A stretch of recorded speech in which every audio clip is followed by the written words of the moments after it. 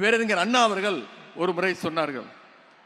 அண்ணா சொன்ன வார்த்தை, நான் முதலமைச்சரான பிறகு 3 காரியங்களை தமிழ்நாட்டுக்காக, தமிழ் மக்களுக்காக செஞ்சிருக்கிறேன்.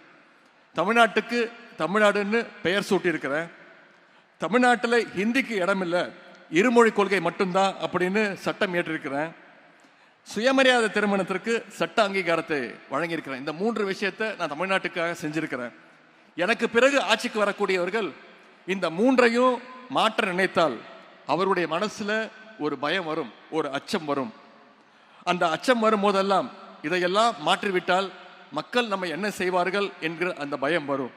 அந்த அச்சம் எதிரிகளை எவ்வளவு நாளைக்கு ஆட்டுகிறதோ அது வரைக்கும் தமிழ்நாட்டுடைய முதலமைச்சர் இந்த அண்ணாதுரை தான் என்று பேரறிஞர் அண்ணா அவர்கள் சொன்னார்கள். அதையே நான் இப்பொழுது கொஞ்சம் மாற்றி சொல்ல விரும்புகின்றேன். காலை உணவு திட்டம், புதுமை பெண் திட்டம், தமிழ் புதல்வன் திட்டம், நான் முதல்வன் போன்ற திட்டங்களை எல்லாம் நம்முடைய முதலமைச்சர் அவர்கள், நம்முடைய திராவிட மாடல் அரசு இன்னைக்கு வழங்கியிருக்கின்றது.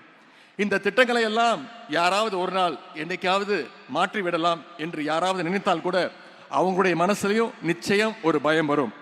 அந்த பயம் இருக்கிற வரைக்கும் இந்த தமிழ்நாட்டை ஆளுகின்ற போறவர் நம்முடைய முதலமைச்சர் திரு முத்துவேல் கருணாநிதி ஸ்டாலின் தான் என்றுதான் பொருள்.